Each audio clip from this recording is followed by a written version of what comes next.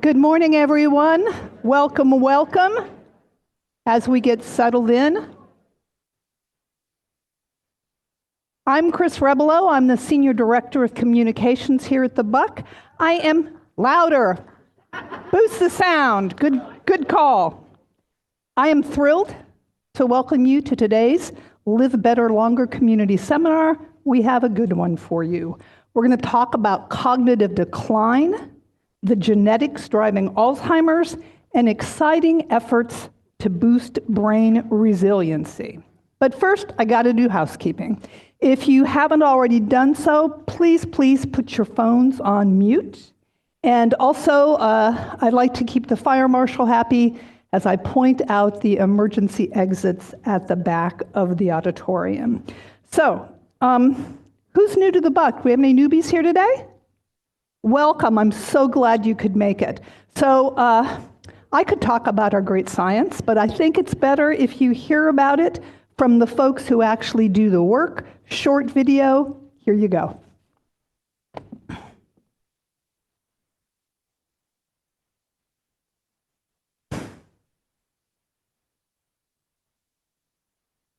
Can you run the video, Millie?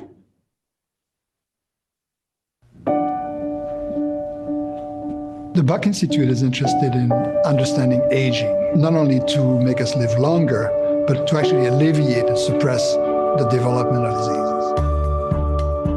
Chronic disease is the great health challenge of our time. Aging is the main driver of chronic disease. To eliminate chronic disease, we must harness the biology of aging, so we can live healthy longer. The Buck Institute is the world's first research organization dedicated solely to the biology of aging. We work with the building blocks of biology to understand how we age. The Buck is concentrating on really trying to go to the root of the problem, so understanding that we can sort of intervene really early. The Buck Institute is probably the best place in the world to be working on aging because there's so many different aspects of aging that are being studied. It's key because no one lab can do it all. Our scientific explorers are brilliant, curious, and committed. The idea that you could actually develop drugs that slow down the aging process was really something that 20 or 30 years ago people thought this cannot be done. Not only can it be done, but we will do it. The pieces are in place. And we are in a unique position to put them together. Our world is defined by paradigm shifts, created by scientific discoveries. The biology of aging is the next frontier. We're working toward a world where healthcare is better. It's a world where if we can eradicate the aging component to disease, we're all going to live healthier and longer. It's just an incredible vision that really will, surpass anything else that we've ever seen before. We are inviting you to a future of aging without illness. It's happening today, and it's happening here. Join us.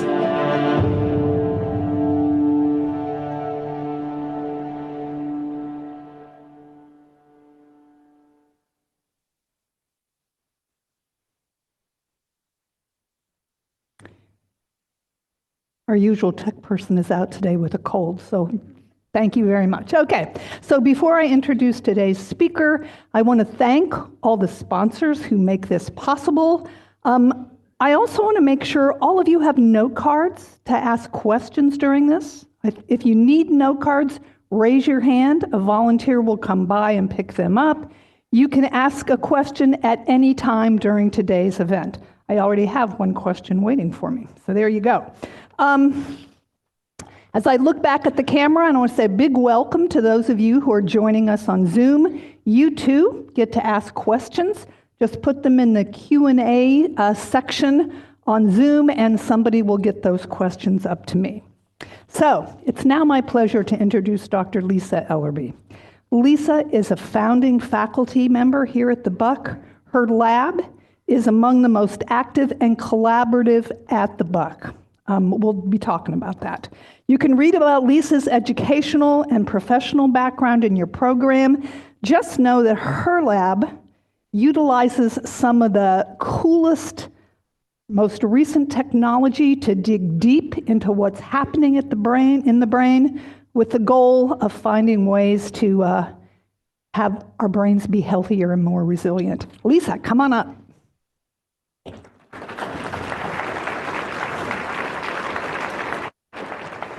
So I always give the reminder, Lisa's a PhD, she's not an MD, so she can't answer medical questions.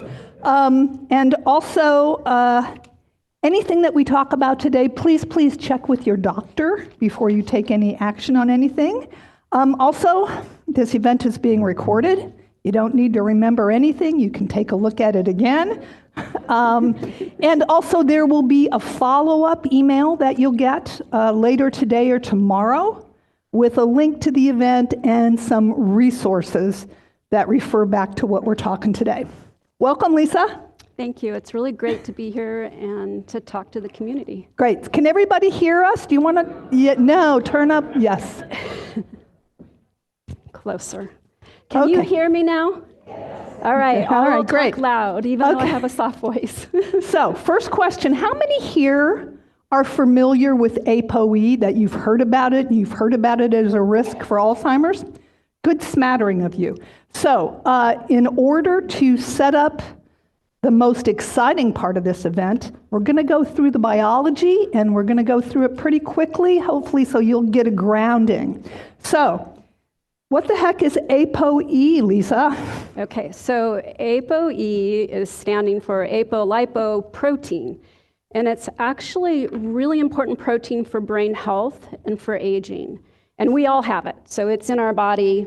And what it's doing is it's carrying lipids and cholesterol around our body. The reason it's so important for the brain is because our brain is one of the richest organs with lipids in it. And so we really need APOE in order for our brain to function. And it also brings all this really important biology to what's called a synapse.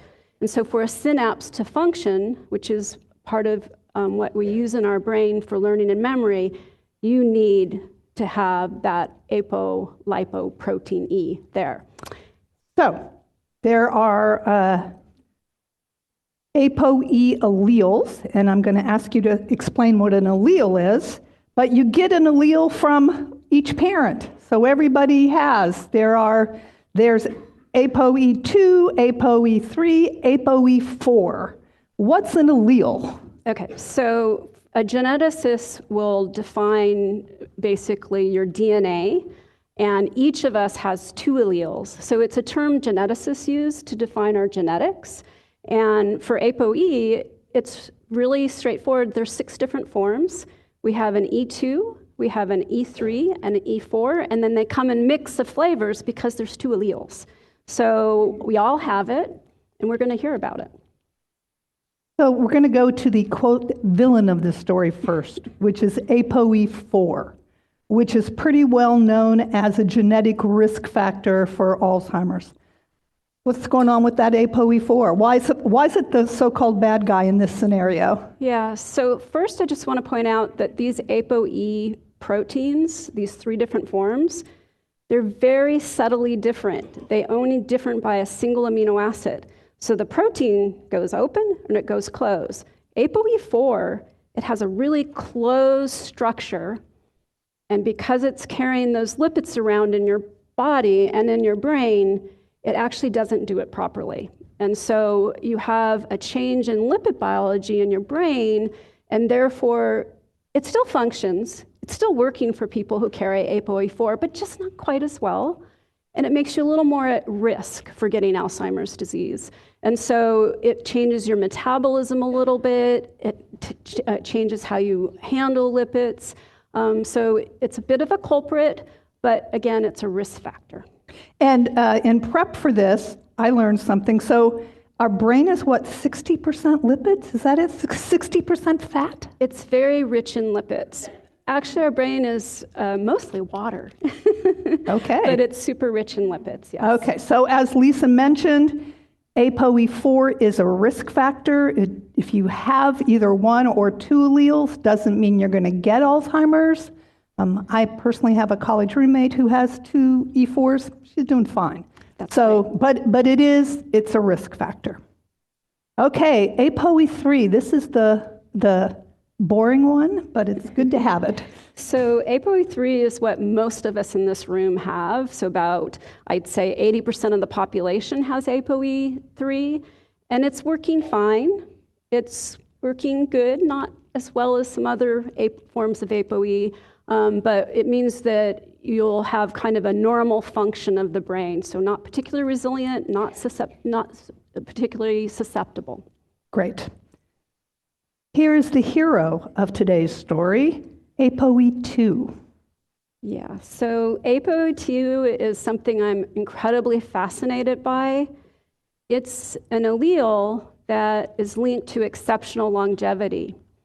And so if you live to 100, which is a supercentenarian, you're likely to have the APOE2 allele. Not all centenarians, but many. And so I love this protein and thinking about it because it represents brain resilience. It's a way of looking at the biology of the brain and a resilience factor. And really, really important, if you have the E2 allele, you are not likely to get Alzheimer's disease. So it's a natural protective mechanism in the brain that prevents AD. So I really want to understand it. I want to understand, how does this protein work to cause resilience? How does it prevent Alzheimer's disease? And you can see that up here. This is the percent free from Alzheimer's disease. That E2, ET person up there, or people, they can go all the way out to 110, and they don't get Alzheimer's disease. So that's a clue for me as a scientist about brain resilience, and something that really fascinates me, and I want to understand how it works. Many centenarians carry at least one APOE2 allele, so it impacts the whole body, right? No, actually. Learn something new every day. So the brain, because of its richness in lipids and biology and need for cholesterol and lipids, it's actually protective for the brain, but it can actually have some adverse effects on some of the other organs. Mostly not. Mostly the benefit, as you saw by that longevity curve, is that it helps you live longer. But it's not, it's a brain-specific resilience factor, an amazing one. Okay, so in summary, this is kind of the big picture of risk factors. So the stuff in green, if you got it, congratulations. If you got E3s, all right. If you got some APOE4s, you might want to pay a bit more attention to your lifestyle and give yourself an advantage as we age. So, question, how many here know their status? APOE, has anybody been tested? Okay, got a few people there, all right. So, what's your take on getting tested to see where you stand as far as these alleles go? Okay, so I want to talk more broadly about genetic testing because I think it's an incredibly personal decision.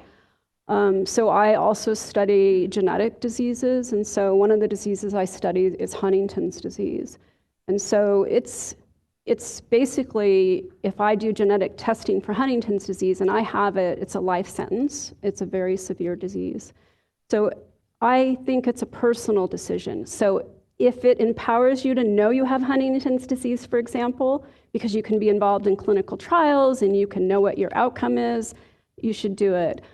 But you may not want to know. You might want to live your life and not know that information. And it's same for health. So APOE alleles are about health.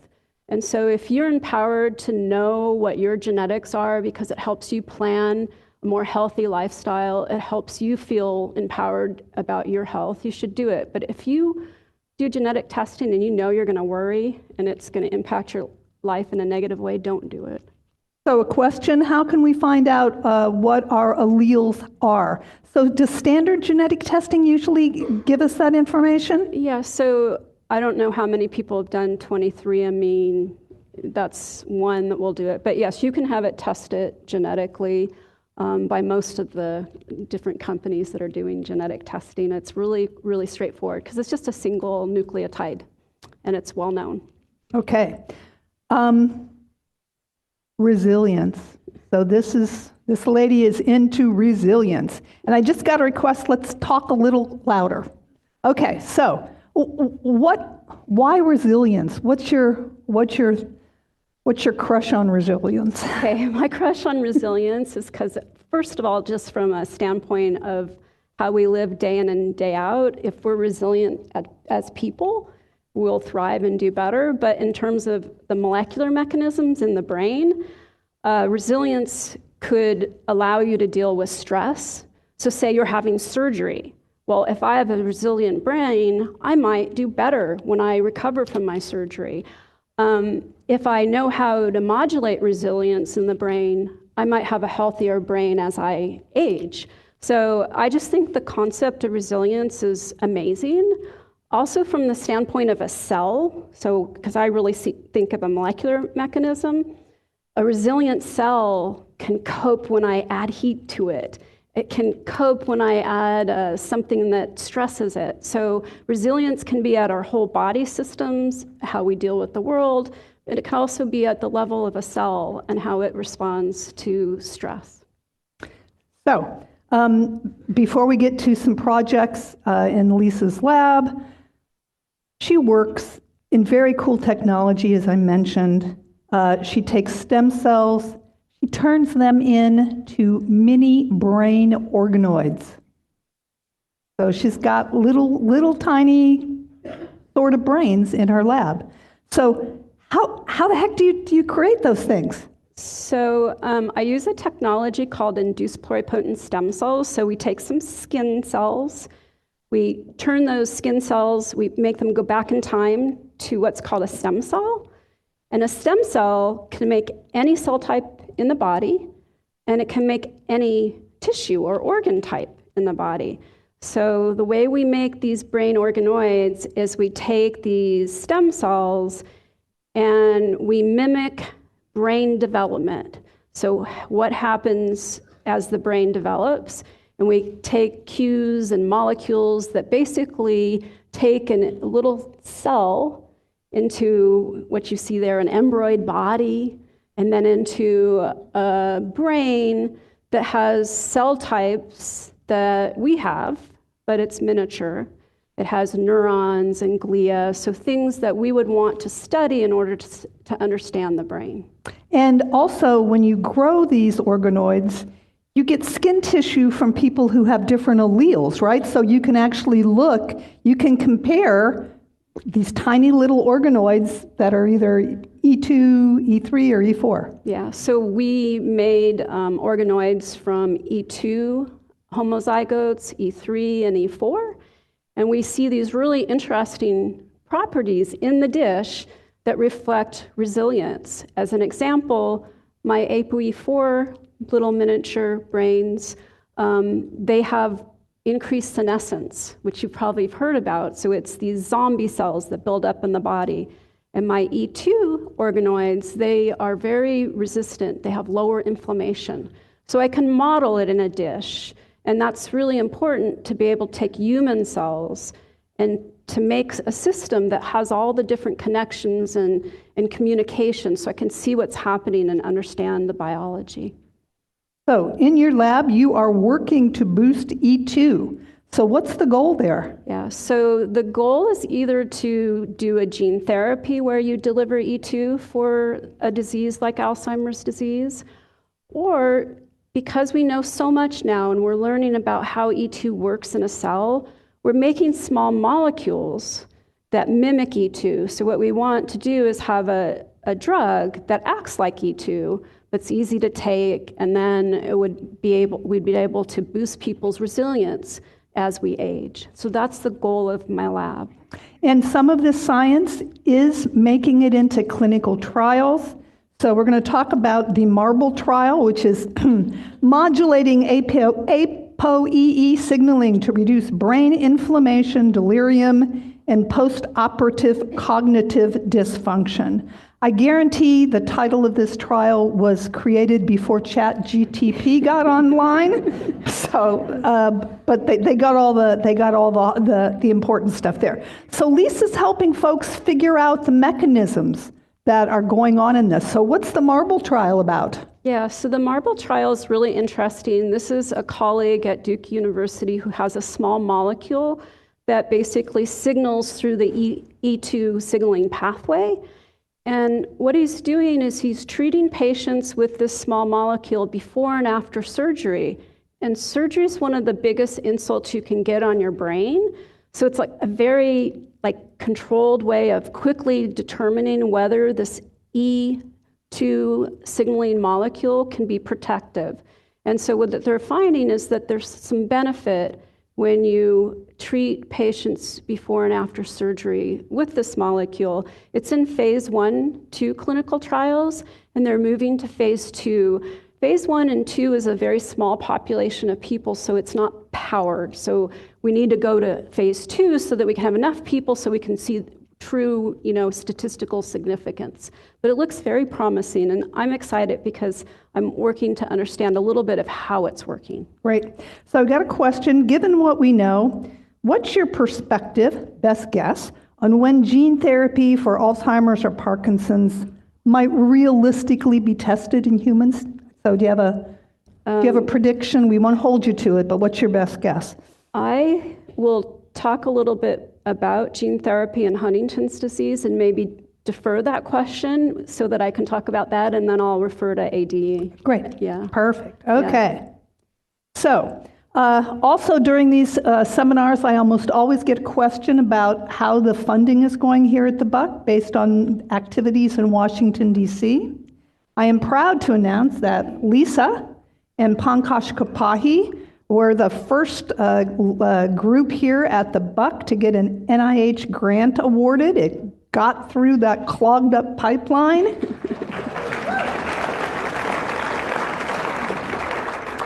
So this project is with the Kapahi Lab.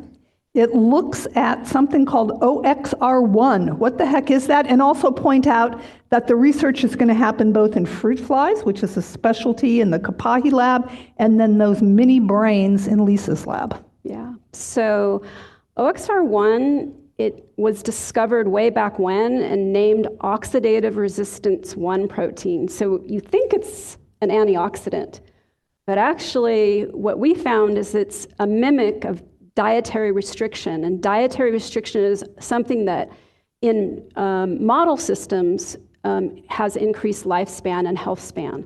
And so we know that OXR1 actually is a trafficking protein. It's involved in something called the retromer, which basically carries cargo around, just like a train carries around people. This molecule is involved in carrying around molecules and cargo in a cell. But most important about it, it mimics dietary restriction. And obviously for humans, we don't want to have them starve, so to speak, have restricted diets. But if we can find molecules that mimic dietary restriction, it could be very exciting. Great. So we're going to talk about resilience and you, because I think this is where a lot of the interest is.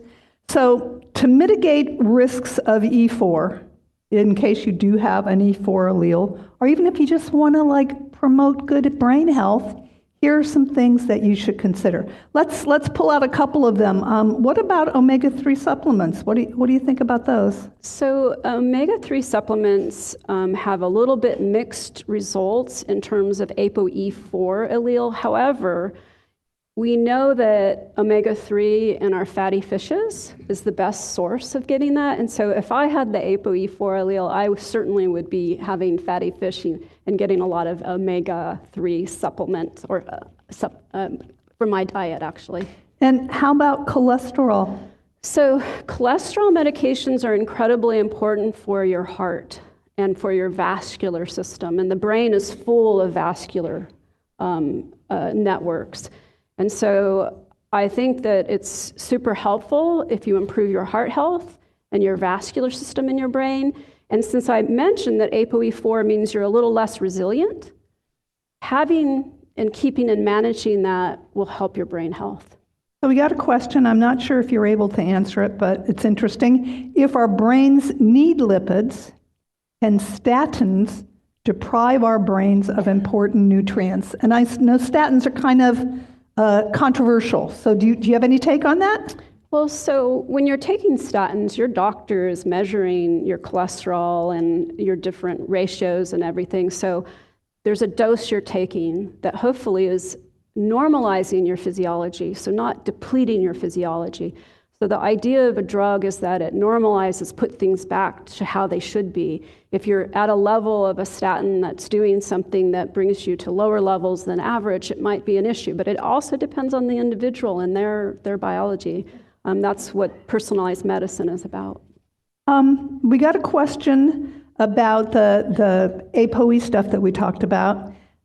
Can you talk about early onset dementia, folks who really get dementia at, in their 40s and their 50s? What's behind that? Yeah, so there's a subset of Alzheimer's disease that's given. You'll have a genetic mutation in a gene, such as APP. There's a plethora of known genetic mutations in genes in our body that cause Alzheimer's disease, but it's a small subset. Those are the ones where I think people are asking about gene therapy. So what can I do if I have a genetic disease? How can I cope with that? And that's where CRISPR and genetic approaches come in to treat those diseases.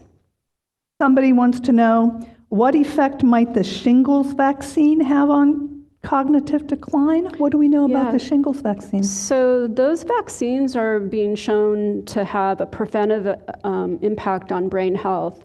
So I definitely, from the literature, I would recommend that you do the shingles vaccine and that it can be preventative. There's some theories that some vulnerability of your brain and can be linked to viruses. So something that's not on that list, but is important to me because of my family history. What about getting your hearing tested? How important is hearing to our brain health? And personally, everybody here, if you haven't already done it, you should get your hearing checked. Yeah. Yes, so there's a strong correlation with hearing and Alzheimer's disease. So it's really important that you maintain your hearing system, because that's part of, basically you could think about your hearing as exercising your brain. The connections between your ear and all the cells in your brain need to be maintained. So if you don't hear well, I would recommend that you work on helping that process, because it will help your brain function better. So always get the question, what do you do?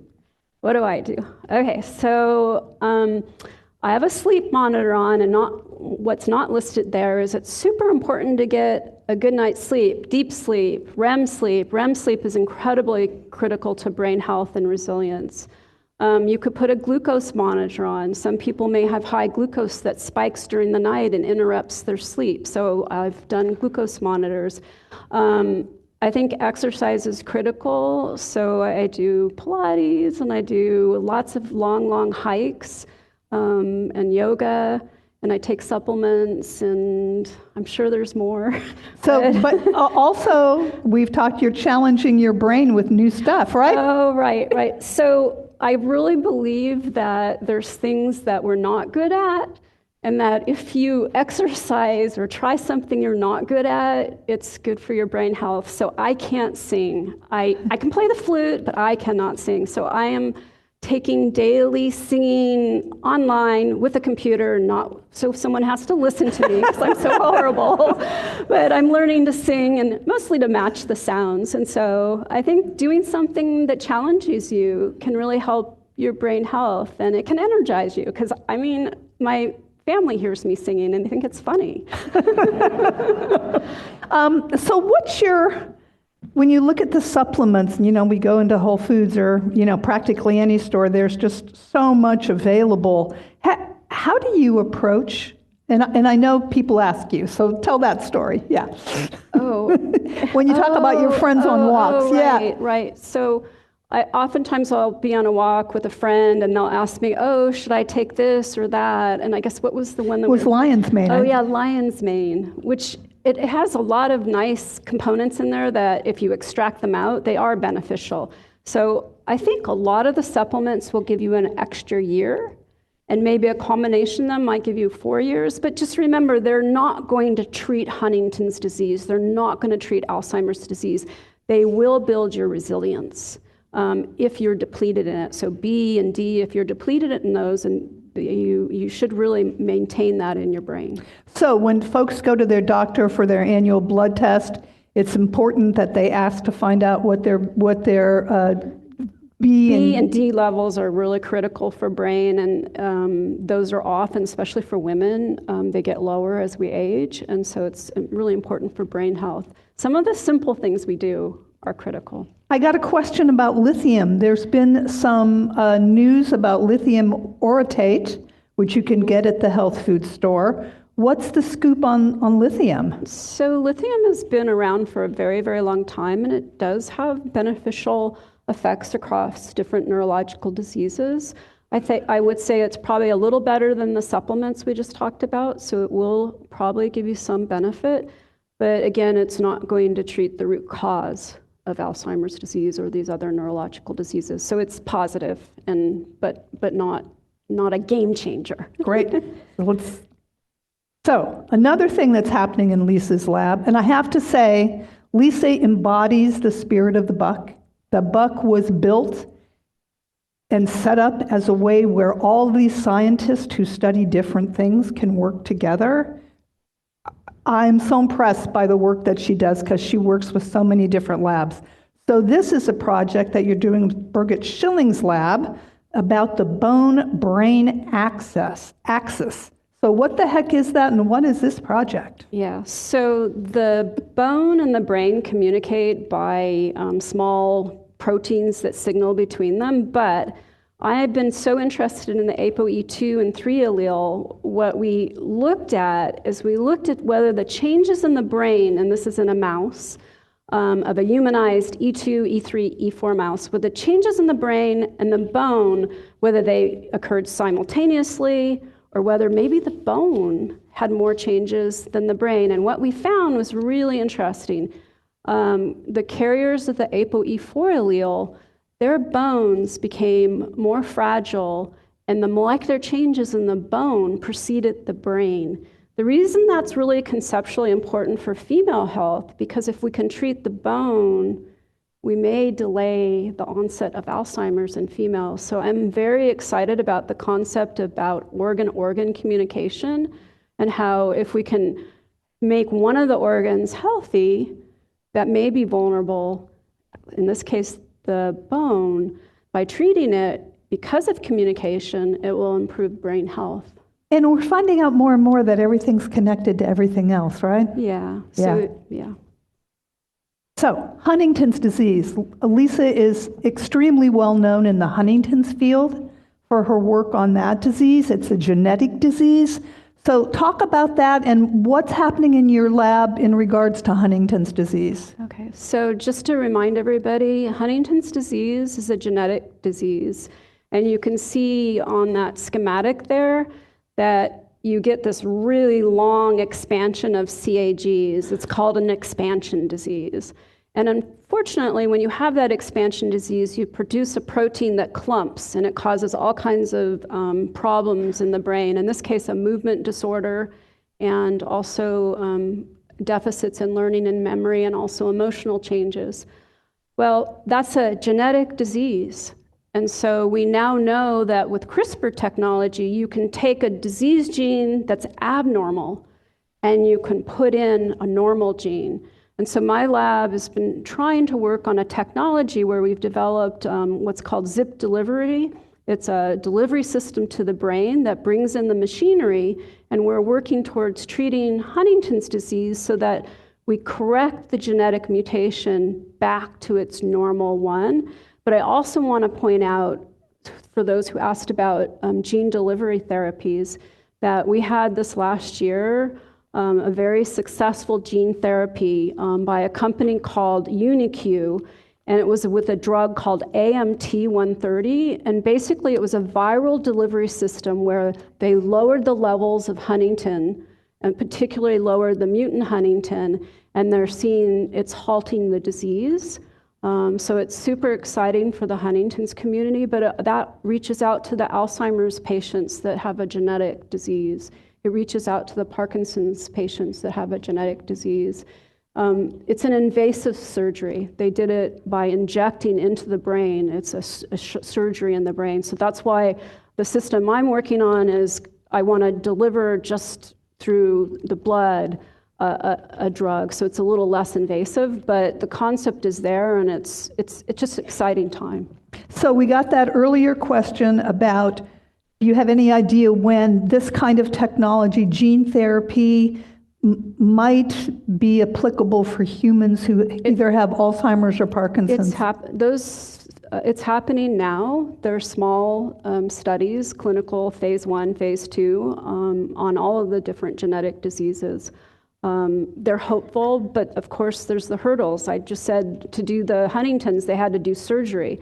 Well, that's such a devastating disease that people will risk that, brain surgery. But it's happening, but we still need to improve the technologies and make them more easily administered to humans. So I got a question even before this started. Somebody wanted to know what's happening for ALS, Lou Gehrig's disease. So what's happening for that? That's a nasty one too. Yeah, so I serve on a review board for Target ALS. So if you're interested in ALS, I would look at that site because it's an amazing grouping of grants where they bring biotech companies with academic investigators.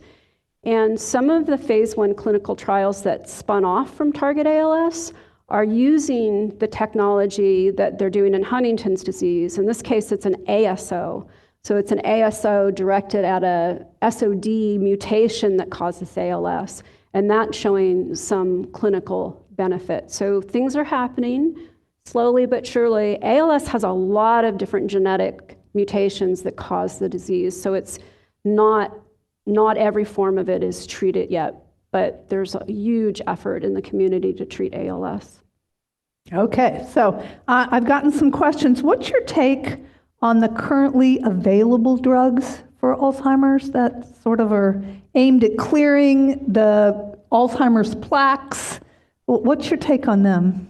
So I don't think that 6 months is worth the risk, even though it is great that the field for 20 years followed the beta amyloid and the tau and tried to come up with therapeutics for it, but the current ones, they do have benefit and it's proven, but I'm not sure we're quite there with a home run for Alzheimer's disease.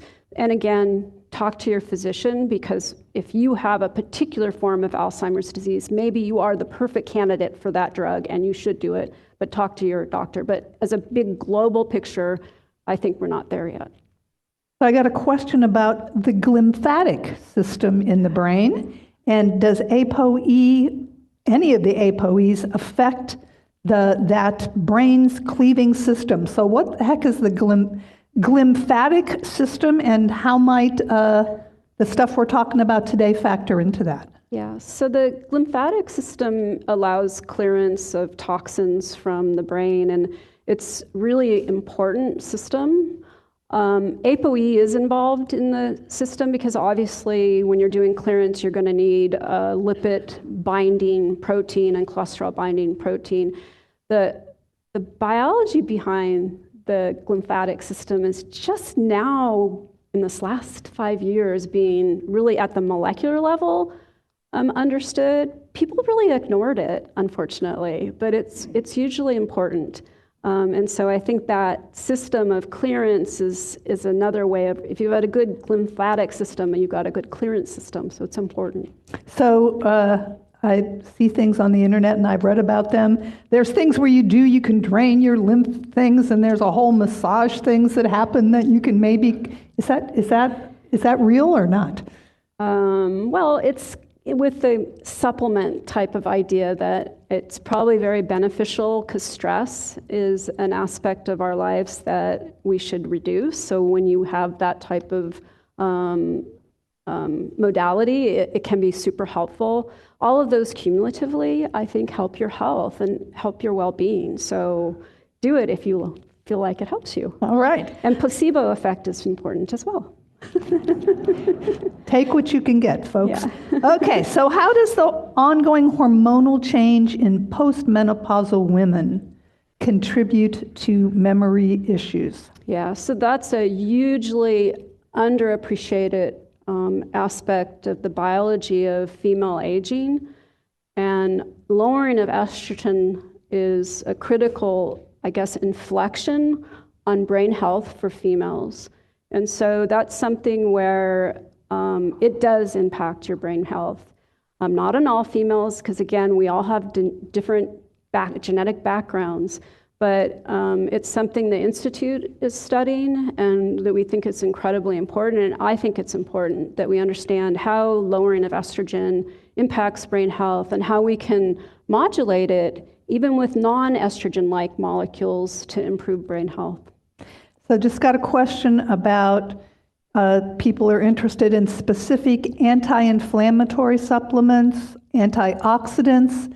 So in addition to taking supplements, are there also things you can do in your life to deal with that bring down inflammation, that bring, that gives us some protection from everyday oxidative stress? How do we do this, Lisa? The best thing is to exercise, because exercise, it normalizes your glucose levels, and your glucose levels are incredibly important to the way your body handles stress. And so number one is to exercise, and it may sound simple, but go out on a walk and go to the gym. I think, I know it's so simple, but it's important. Somebody is curious about, hopefully I pronounce this, myotoxic dystrophy in the brain. Are you familiar with that? Yeah. She's good, huh? She knows her stuff. Okay, go for it.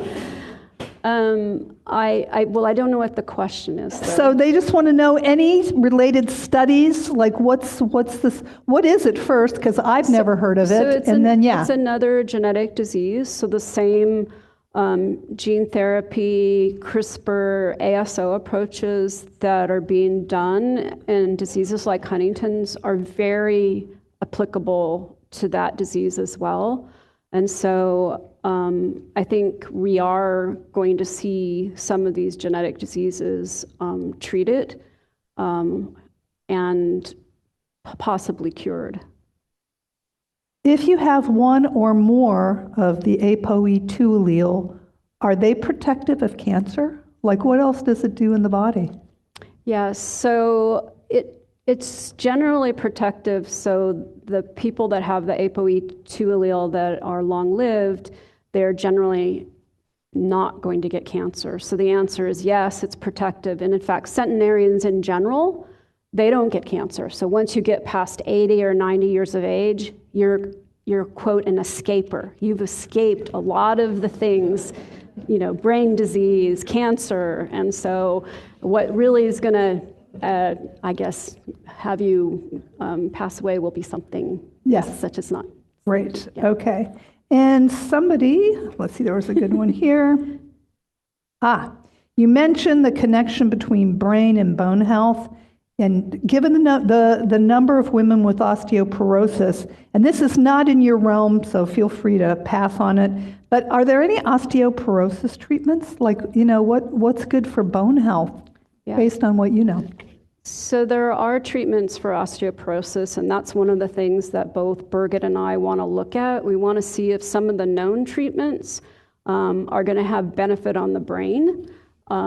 People, when they do those treatments, they're looking at bone health.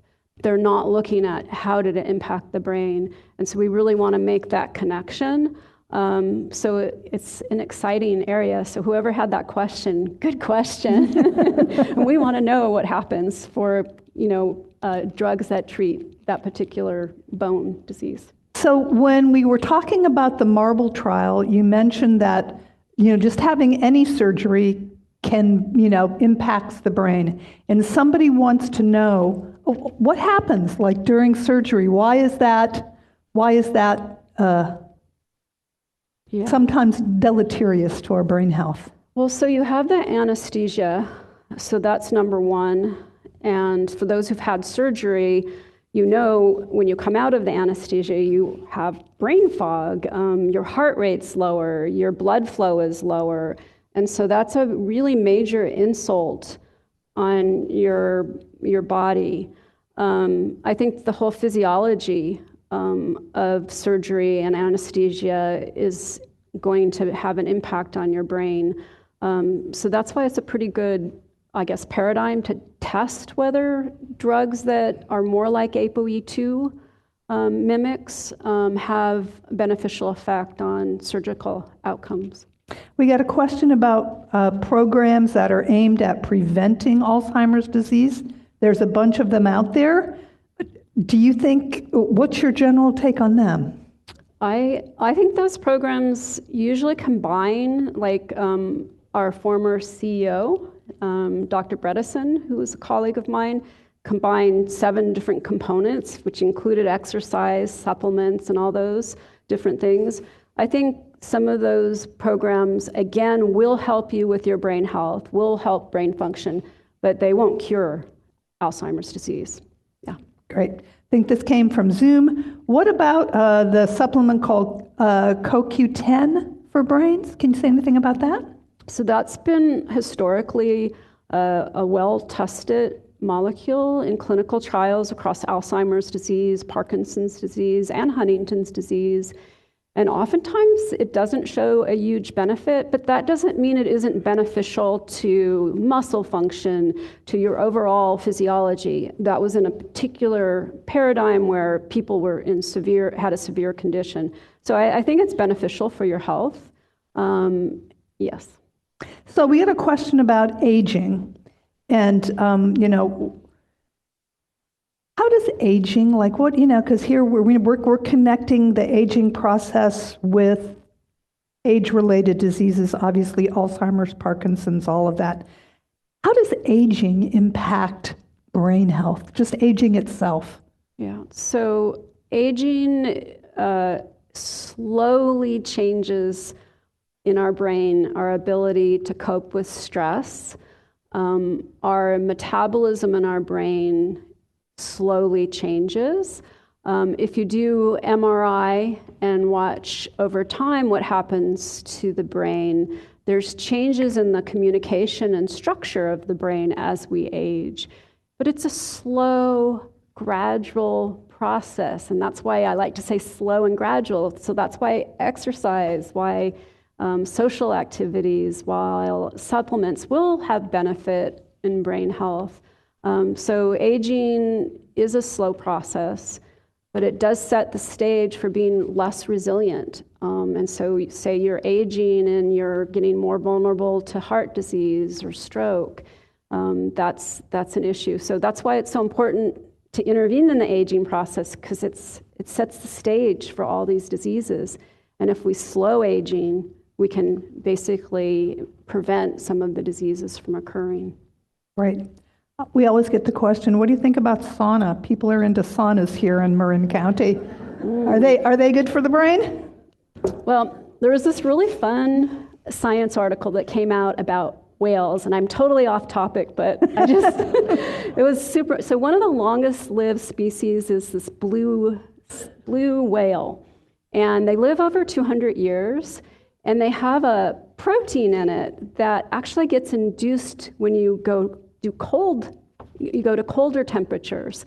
So heat probably is good for muscles, but also there's probably some evidence that cold therapy can induce appropriate molecules that induce resilience.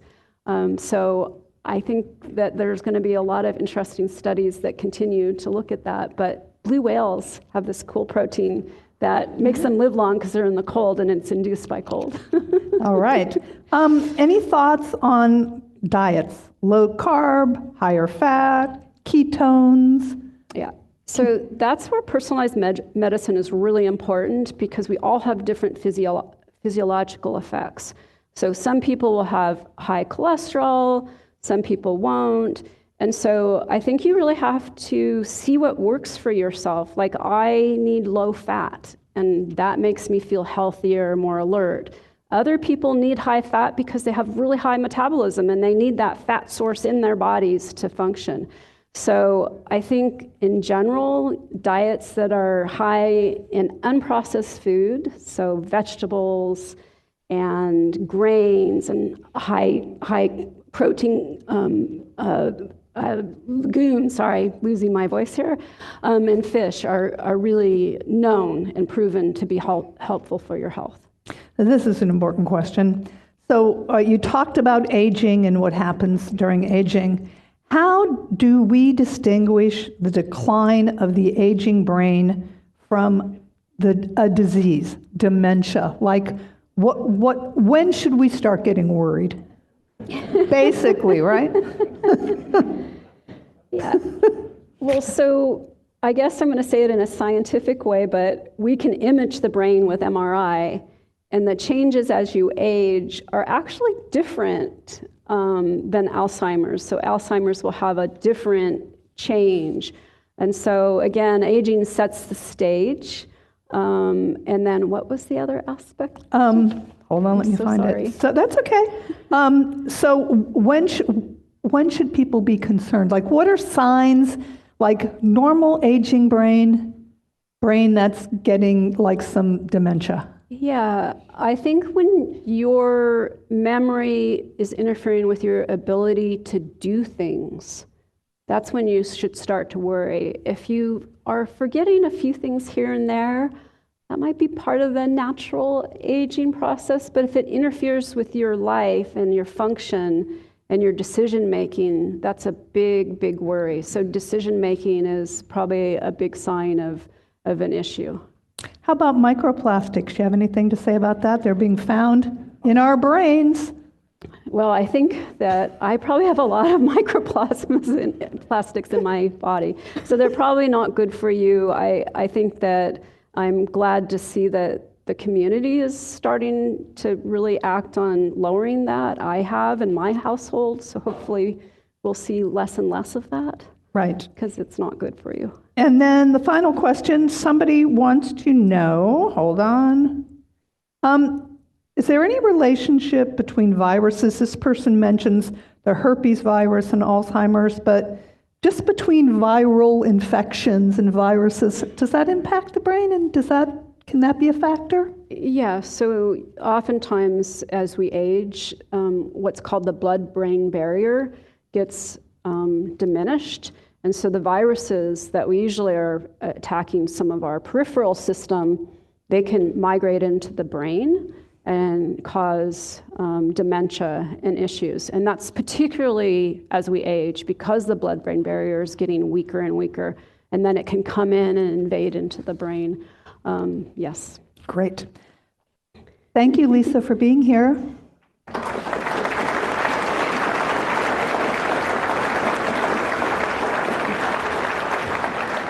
She will be able to stick around for a few minutes afterwards in case you have any specific questions for her, but I will be guarding her time somewhat, so be aware of that. So I'm going to be back here on March 4th. The big kahuna is going to be here. Our CEO and President, Eric Verdon's going to be here. He knows practically everything there is to know about research on aging. He talks to people around the globe, so it will be a good one to attend. Also, as an extra benefit, if you come at 10 o'clock, you can have a special breakfast buffet. We're going to have food here for those of you coming in person. That is being donated by the generosity of William and Elizabeth Levy. We do a Levy community seminar every year, and that's it. So sign up early, come early next time.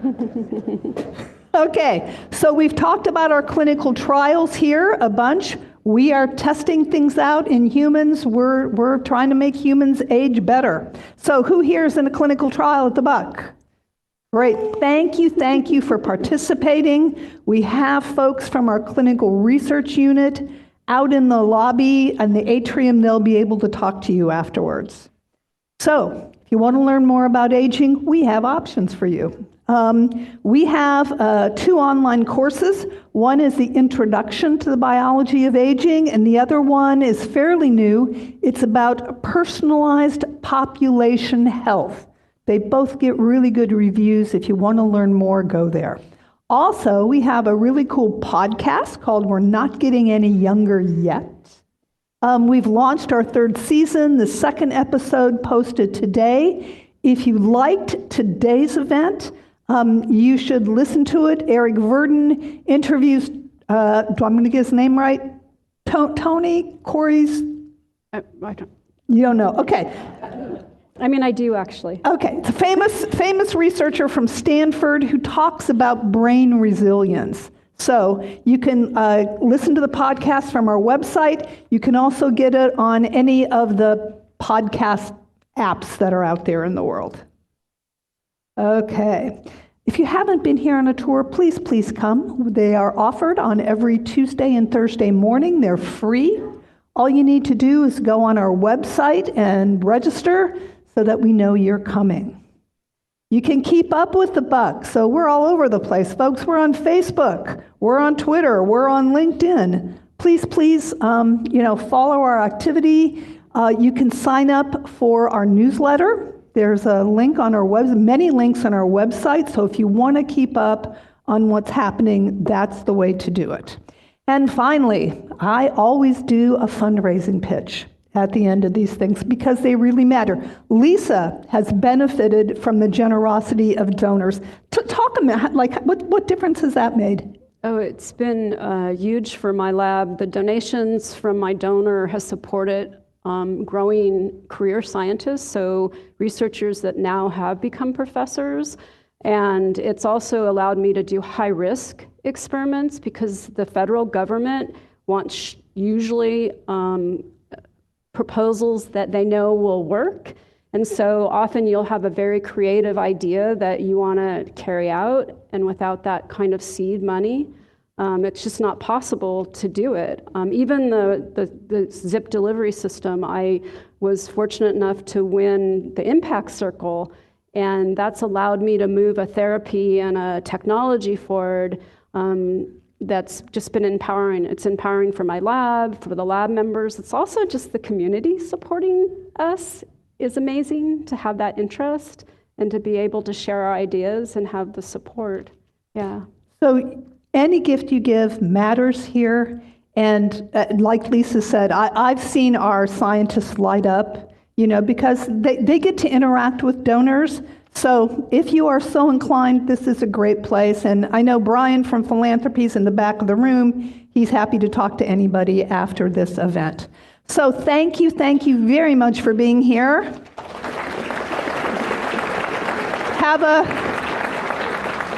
If you're into it, have a great Valentine's Day. And I'll be back here on March 4th. Thanks for being here.